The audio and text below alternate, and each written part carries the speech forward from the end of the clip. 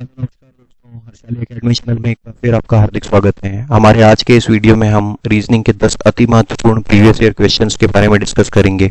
ये प्रश्न हमने एसएससी से जो हाल ही में 2-3 साल में पिछले एग्जाम्स हुई है उनमें से पिक किए हुए हैं, ताकि आप ये जान पाएं कि अभी परीक्षा में पूछे से आने वाले प्रश्नों का क्या ट्रेंड चल रहा है, क्या डिफिकल्टी लेवल है और उसी अनुरूप आप अपनी तैयारी कर पाएं। हमने इस वीडियो में लगभग हर टॉपिक के प्रश्न को इंक्लूड करने की कोशिश की है, ताकि आप रीजनिंग के सभी सब्जेक्ट की तैयारी अच्छे से कर पाएं।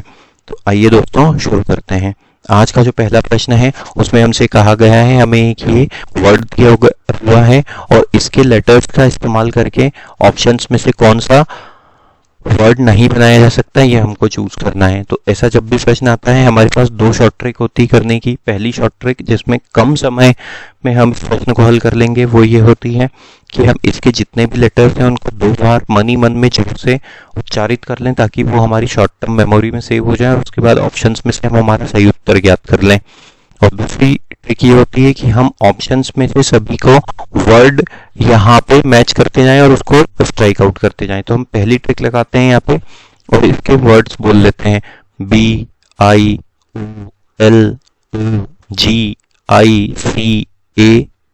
एक बार फिर से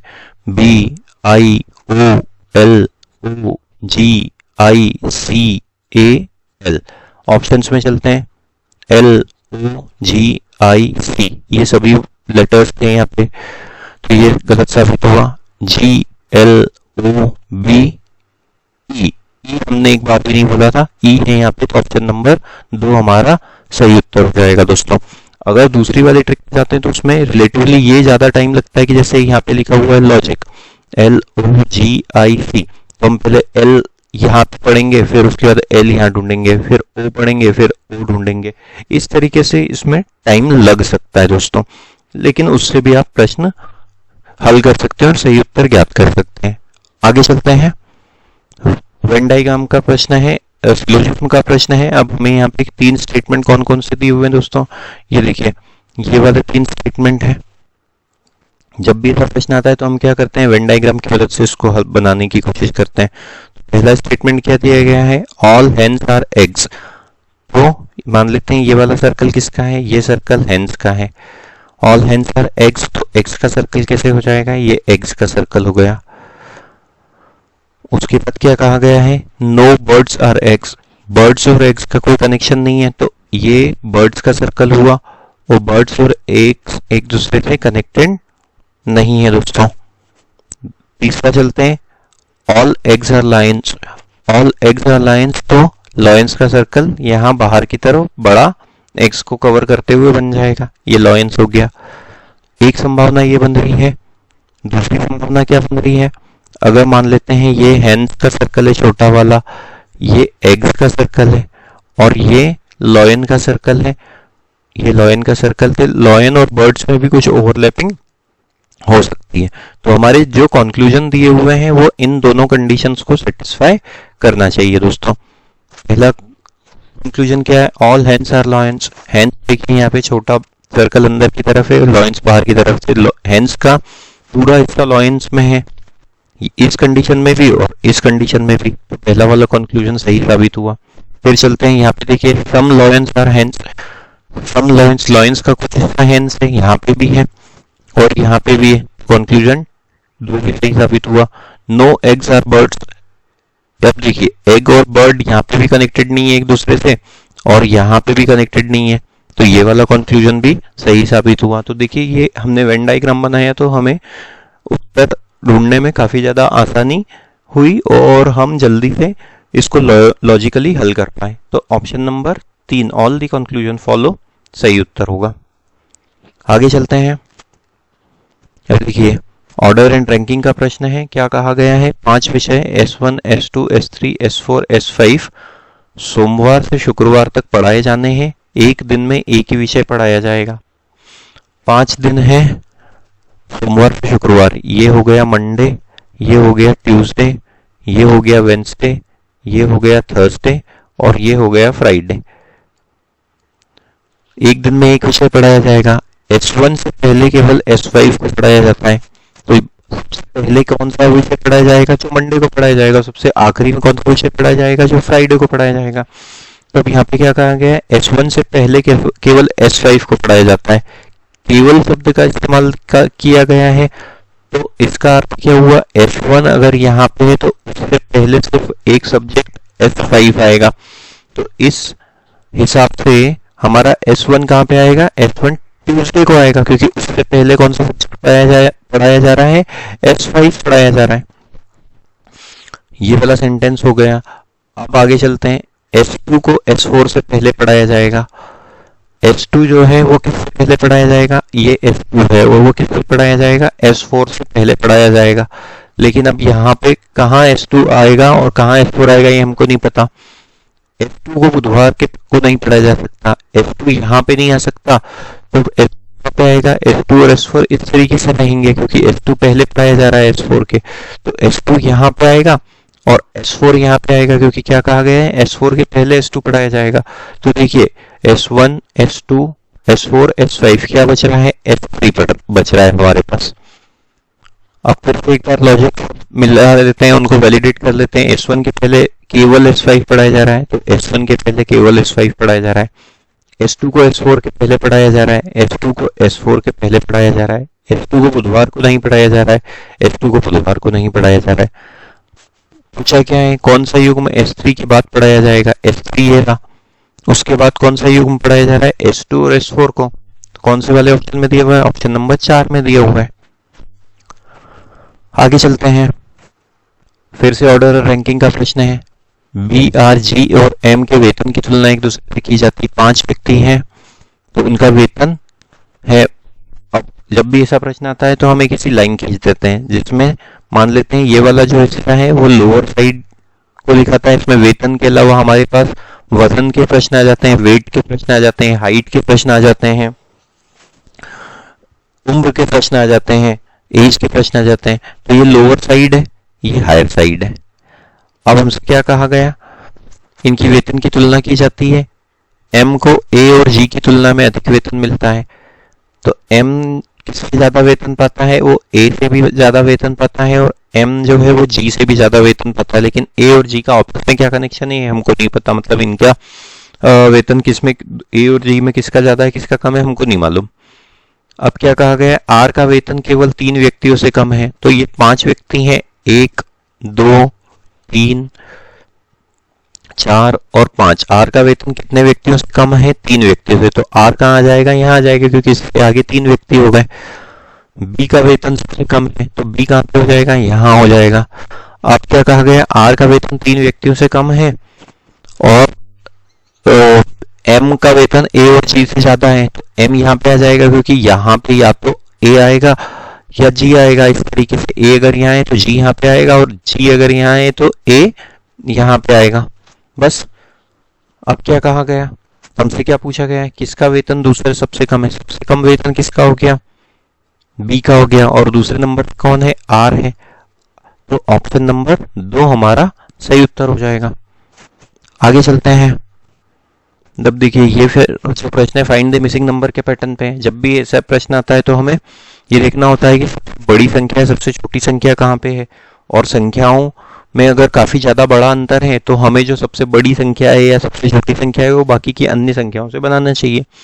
देखने पे ही हमको ये दिख रहा है कि ये वाली रो में जो संख्याएं दी हुई है वो तुलनात्मक रूप से बड़ी है। यहाँ पे दिया है 7, 4, 2, ये दिया है 69, यहाँ दिया है 3, 9, 1, यहाँ दिया 91। तो हम इन सब संख्याओं से इसको बनाने की कोशिश करते हैं। 7, 4, 2। अब इनका अगर जब भी संख्याएं बड़ी रहती तो हम हमारा उत्तर जो है गुणा या भाग से या फिर स्क्वायर या क्यूब से मिलता है। अगर आपस में गुणा करें तो क्या मिलेगा? 7 दूना 14, 7 चौक 28 और 28 दूना 56, लेकिन यहाँ दिया 69। और कैसे कर सकते हैं? अगर वर्ग करें तो 7 का वर्ग होता है 49, 4 का वर्ग होता है 16 और 2 का वर्ग होता है 4। आपस में जोड़ देते हैं 16, 4, 20 और 49, 69। मतलब क्या हुआ कि अगर ये A है, ये B है और ये C है और ये वाली संख्या D है, तो हमने क्या किया? A का वर्ग किया, B का वर्ग किया और C का वर्ग किया, तो हमको क्या मिल गया? D मिल गया। यही लॉजिक यहाँ पे भी लगा हुआ है क्या? देखिए इसमें क्या हो जाएगा? 3 का वर्ग धन 9 का वर्ग धन 1 का वर्ग, 3 का वर्ग किया मतलब 9 मिला, 9 का वर्ग किया मतलब 81 मिला, और 1 का वर्ग किया तो 1 मिला। इनको आपस में जोड़ने पे ये हो गया 90 और 1 91, जो कि संख्या का मान है।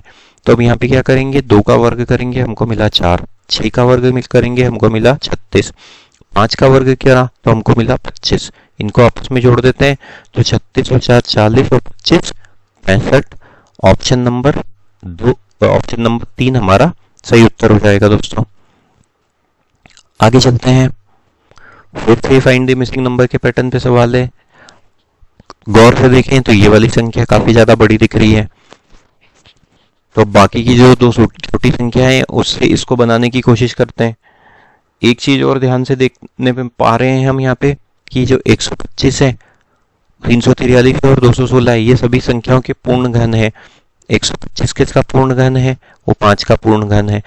343 किसका पूर्ण घन है, वो 7 का पूर्ण घन है। और 216 किसका पूर्ण घन है, वो 6 का पूर्ण घन है। तो ये देखते ही हमको समझ में आना चाहिए। उसके लिए हमको जरूरी है कि 1 से 20 तक के हमको कम से कम क्यूब या घन याद हो, और 1 से 40 तक के नंबर के हमको स्क्वायर याद हो। अब देखिए, अब ये जो 125 यहाँ पे दिया है 2, यहाँ पे दिया है 3, मतलब इन दोनों को जोड़ा और घन किया तो हमको बीच वाली संख्या मिली। मतलब ये अगर a है, ये b है और ये c है, तो हमने क्या किया, a और b को जोड़ा, a और c को जोड़ा, उसका पूर्ण घन किया तो हमको क्या मिला, b मिला। यही लॉजिक यहाँ पे भी लगाए। देखिए 3 और 4 को जोड़ा, उसका पूर्ण घन किया तो हमको मिलता है 7, 7 का पूर्ण घन होता है 343। अब इस हिसाब से देखें तो 216 है, 216 मतलब 6 का घन हो जाता है। तो यहाँ पे क्या दिया हुआ, पहले से 5 दिया हुआ है, 5 में क्या जोड़ने पे 6 मिलेगा, 1 जोड़ने पे 6 मिलेगा। ऑप्शन नंबर 1 हमारा सही उत्तर होगा। आगे चलते हैं, आगे प्रश्न को हल करें उससे पहले आपसे रिक्वेस्ट है दोस्तों, इस वीडियो को लाइक कीजिए, चैनल को सब्सक्राइब कीजिए। आपका एक लाइक और एक सब्सक्राइब का हमें इस प्रकार के वीडियो अब तक बनाने के लिए और ज़्यादा मोटिवेट करता है और ज़्यादा प्रोत्साहित करता है। अब निम्नलिखित शब्दों को देखिए, हमको तार्किक और सार्थक क्रम में जमाना है। Restaurant, eating, cooking, order food, serve food. Order food, serve food, cooking, eating और रेस्टोरेंट, ये सब दिया हुआ है। मतलब क्या हुआ, इसका अर्थ ये हुआ कि एक रेस्टोरेंट में खाना जाके खाना खाने की बात हो रही है, तो सबसे पहले क्या करता है कोई भी व्यक्ति, वो सबसे पहले रेस्टोरेंट में जाता है। तो पहले तो यही आ जाएगा, पहले नंबर पर पहला शब्द दिया जाएगा। उसके बाद क्या करेगा, वो वहां पे जाके वो वहां पे जो भी मैनेजर या फिर होगा व्यवस्थापक, उससे वो फूड ऑर्डर करेगा, तो 4 नंबर का शब्द हो जाएगा। उसके बाद जब वो ऑर्डर करेगा तो वो खाना पकाया जाएगा, मतलब कुकिंग की जाएगी, तो 3 नंबर का शब्द।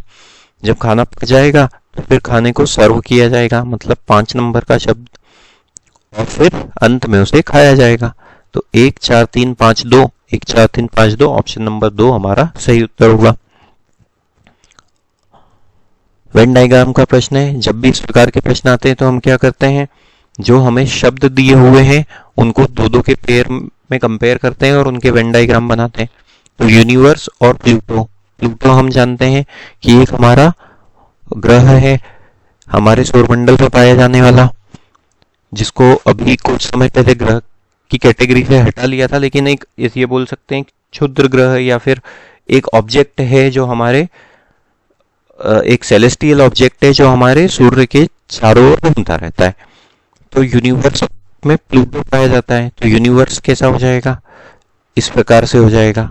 उसमें कौन है, प्लूटो है। तो एक ये सर्कल हो गया, बड़ा वाला सर्कल किसका हो गया, बड़ा वाला सर्कल हो गया यूनिवर्स का, और उसके अंदर है प्लूटो।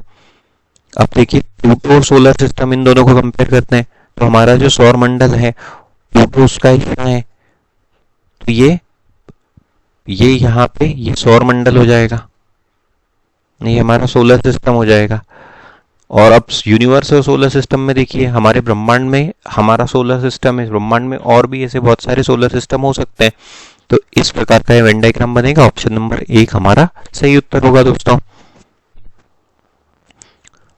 अच्छा देखिए, प्रश्न समस्या में आकृति का एक भाग घटा दिया गया है, उस विकल्प का चयन करें जो घटाव द्वारा सही आकृति दिखाता है।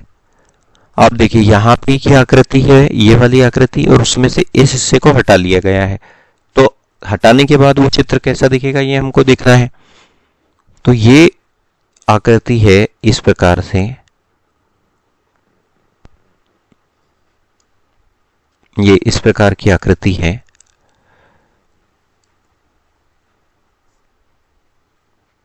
अब इसमें से क्या हटाया, ये हटाया, ये हटाया, मतलब कौन सा हिस्सा हटाया, ये वाला। ये देखिए दोस्तों, मैं इसको मोटी लाइन बना रहा हूं, ये वाला हिस्सा हटा लिया गया है।